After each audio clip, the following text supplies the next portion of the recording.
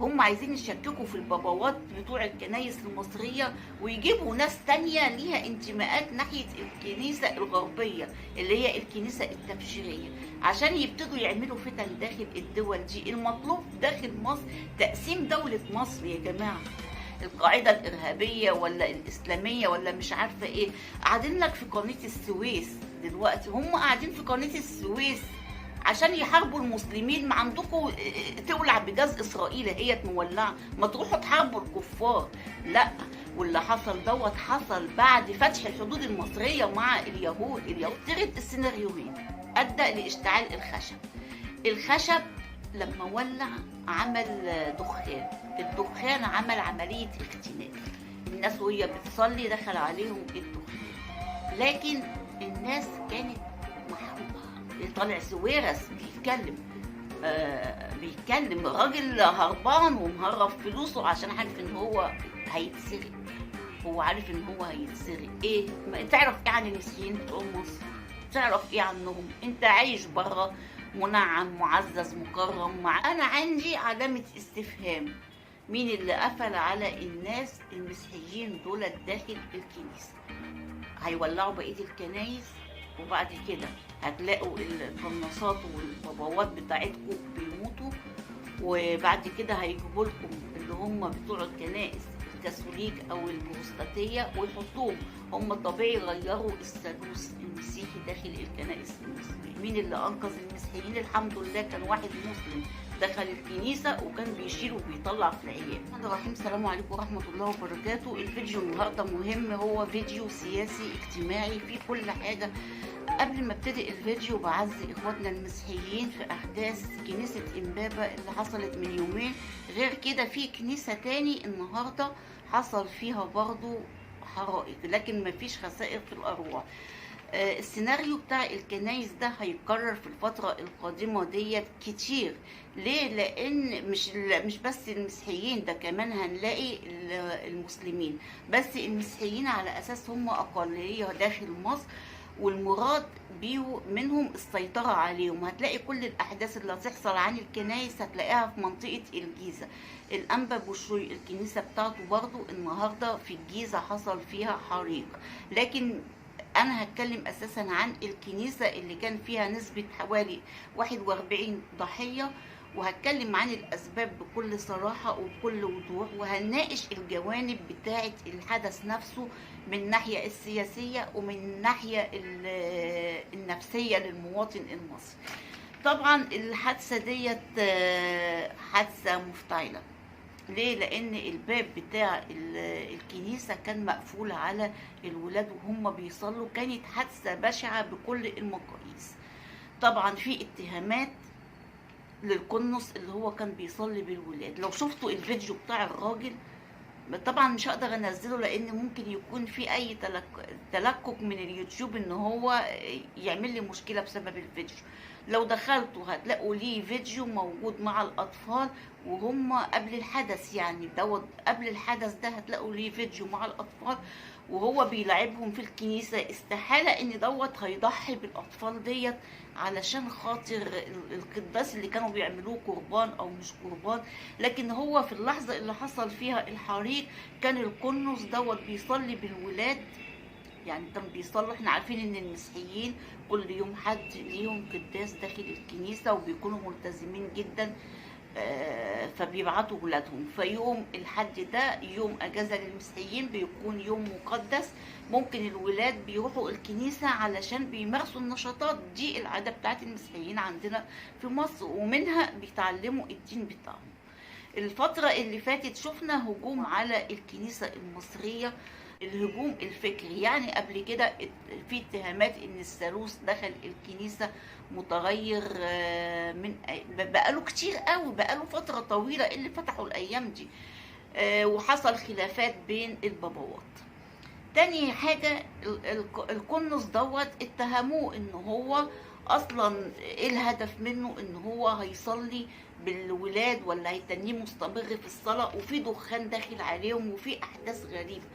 هنفترض ان هو ليه هنفترض ان هو الراجل ده ليه اهداف، ماشي؟ هنتنينا للاخر لحد ما نجيب الحقيقه.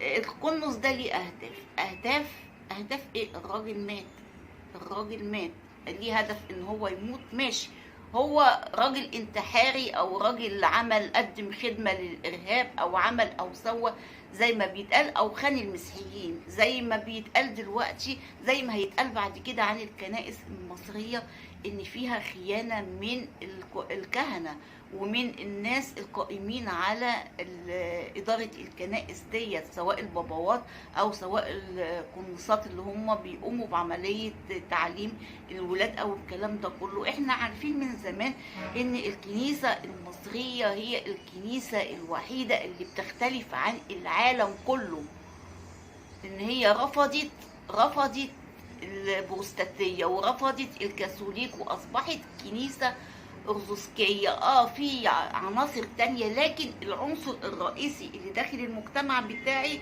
اللي بيمثلني، اللي بيمثل الطائفة الكنسية المصرية، هم الأرثوذكس،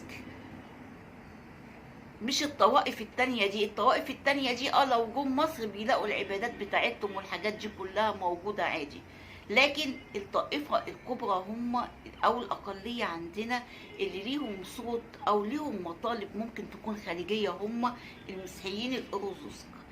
طب تعالوا ناخد خطوة من ناحية القديس أو الراجل اللي هو اتوفى القنص دوت وهو بيصلي بالولاد. هفترض إن هو تفكيره كده أو متفق أو عامل أي شيء. طب دول أطفال صغيرين، أنت لو العيل خاف مثلا، اول حاجه هيعملها ايه؟ هيجري هيفتح الباب ويجري.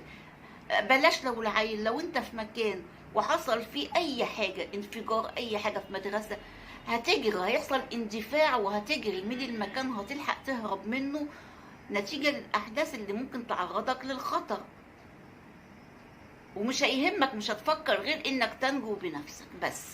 دوت اللي احنا بنتكلم فيه. الناس اتحبسوا داخل الكنيسة، مين اللي قفل الباب على الناس ديت داخل الكنيسة؟ طلعوا قالوا لك دولت اصلا الراجل ممكن يكون متفق مع حد اللي مات بقى، ما هو مات خلاص، اللي يخليه يقعد يصلي بالعيال وما يخليهمش يخرجوا لان الباب كان مقفول. الباب كان مقفول. مين بقى اللي قفل الباب عليهم؟ الكنيسة ديت في بيت يعني 4 أدوار في إمبابة في الجيزة. وقتي الحدث اللي حصل في الكنيسة ده حصل ليه وفي التوقيت دوت؟ هقول لكم حصل ليه وفي التوقيت دوت.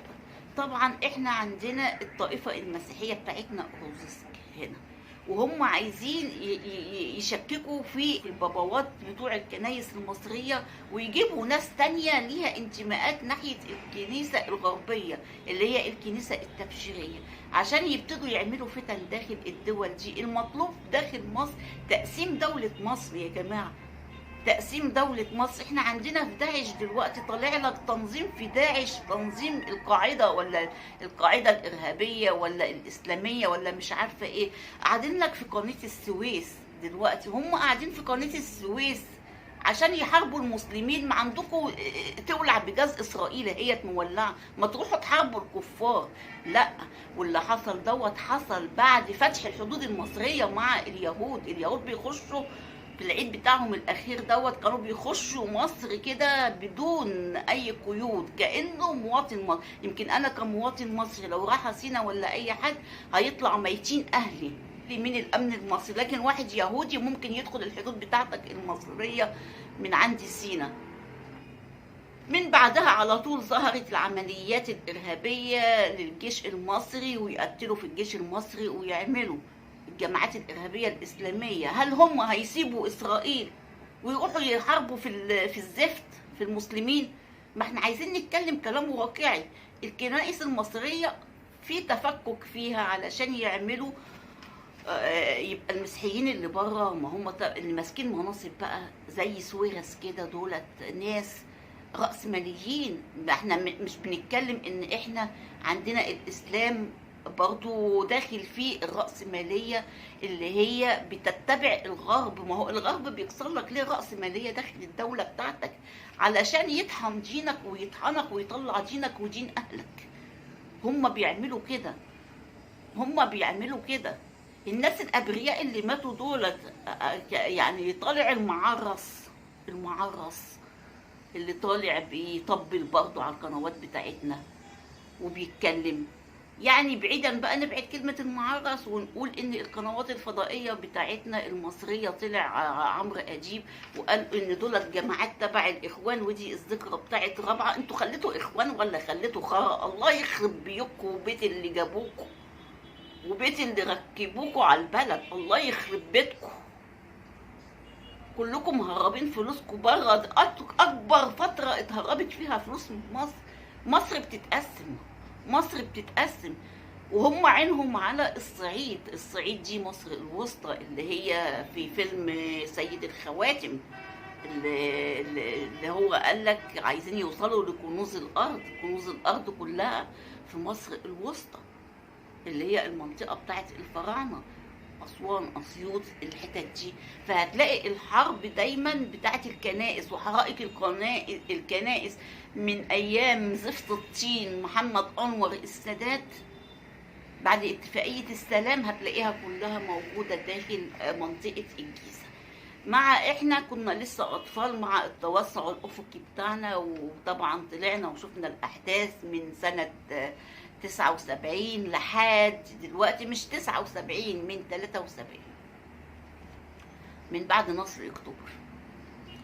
وبدأنا نشوف ده آخر حدث مصر شافته، نصر اكتوبر، اللي لقت أمريكا مش هتقدر تسيطر على الدولة المصرية إلا من خلال اتفاقيات مع النظام اللي كان موجود عن طريق اتفاقية السلام.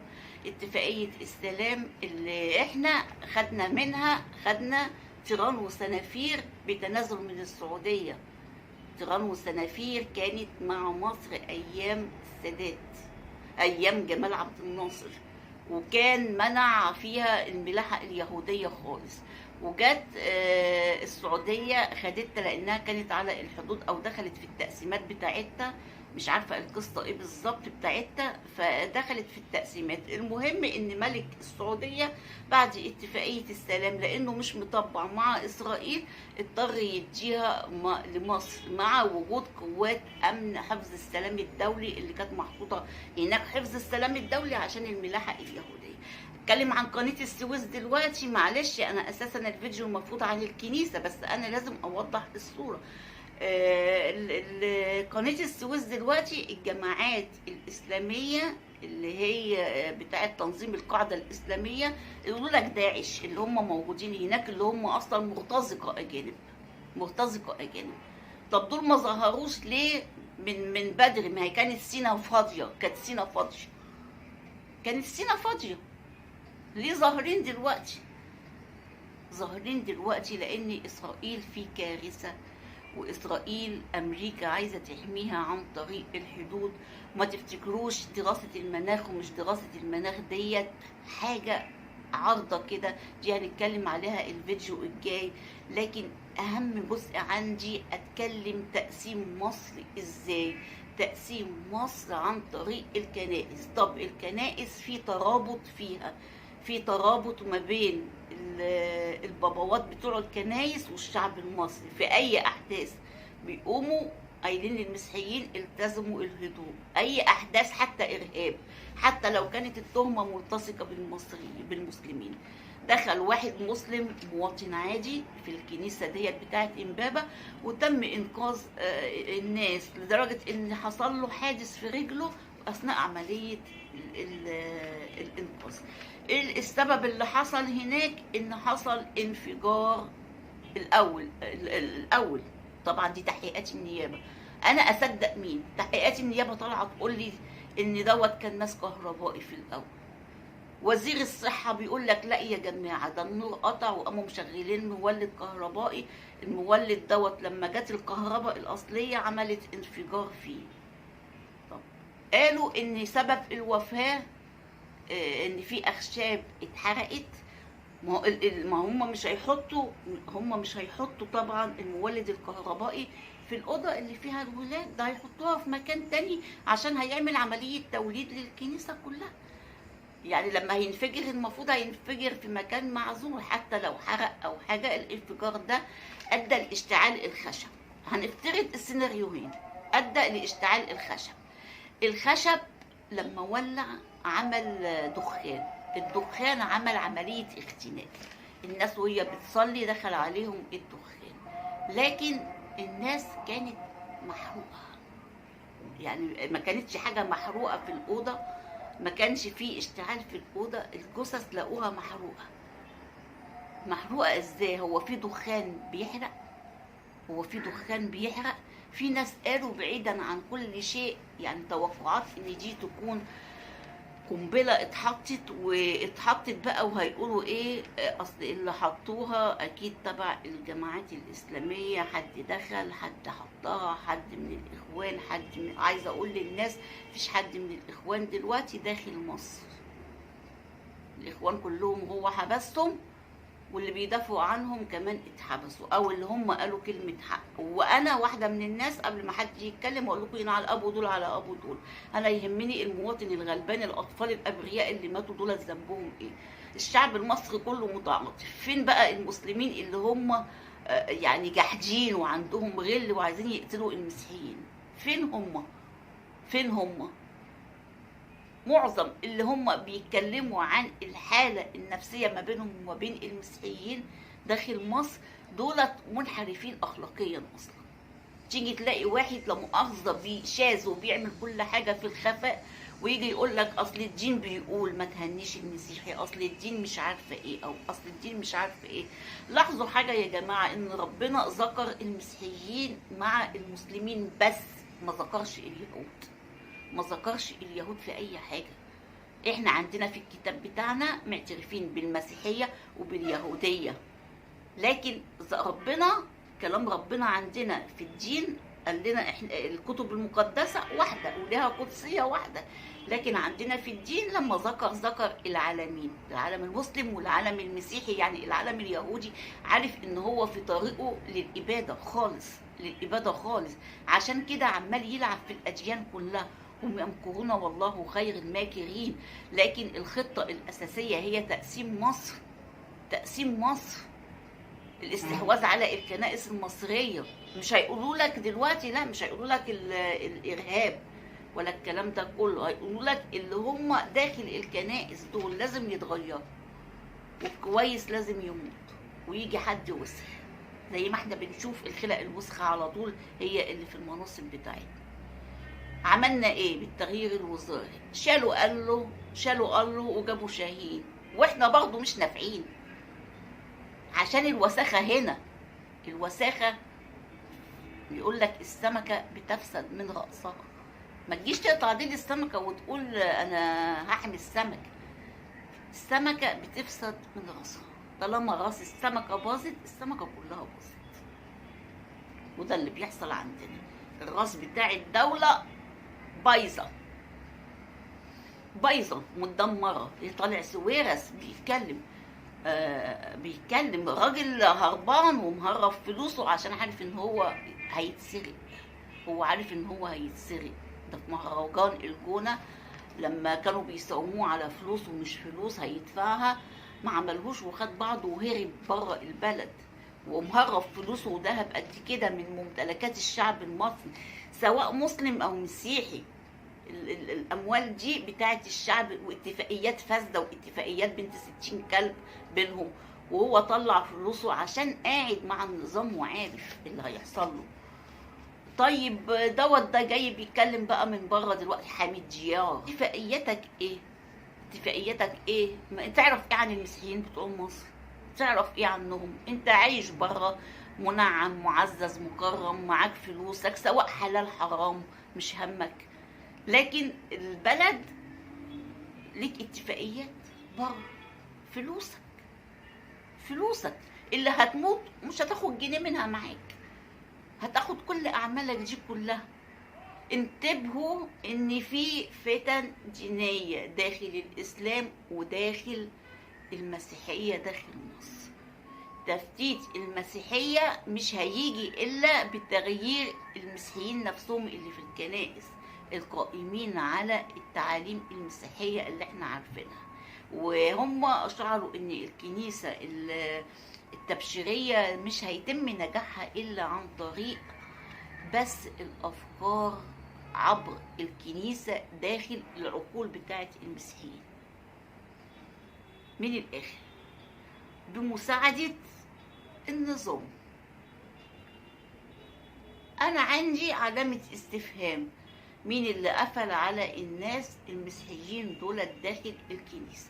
وبعد يومين يحصل حريق تاني في كنيسة بشوي، وبرضه في الجيزة، ناحية الجيزة. طيب انتوا مستنيين ايه؟ هيولعوا بقية الكنايس، وبعد كده هتلاقوا القناصات والباباوات بتاعتكم بيموتوا، وبعد كده هيجيبوا لكم اللي هم بتوع الكنائس الكاثوليك او البروستاتية ويحطوهم. هم طبيعي غيروا الثالوث المسيحي داخل الكنائس المصرية. وطبعا انا كنت عاملة فيديو عن كده، حبيت النهارده اقدم الفيديو، وفي نهايه الفيديو هقول للمسيحيين خلوا بالكم ان في فتنه بينكم انتم، مش بيننا وبين المسلمين. اللي انقذ المسيحيين الحمد لله كان واحد مسلم دخل الكنيسه وكان بيشيل وبيطلع في العيال. كان في 2 حراس على الكنيسه، هم فين؟ هم فين الحراس؟ اي كنيسه بيتحط عليها 2 من الامن. عامة هنتابع الأحداث وهقول لكم الأخبار الجديدة لو في حاجة جديدة ظهرت إن شاء الله، لأن الحوار طويل جدا. تابعونا على القناة، فعلوا الجرس عشان توصل لكم الفيديوهات الجديدة أول بأول. معكم صفاء خطاب، سلام عليكم ورحمة الله وبركاته، وربنا يستر علينا وعلى إخواننا المسيحيين.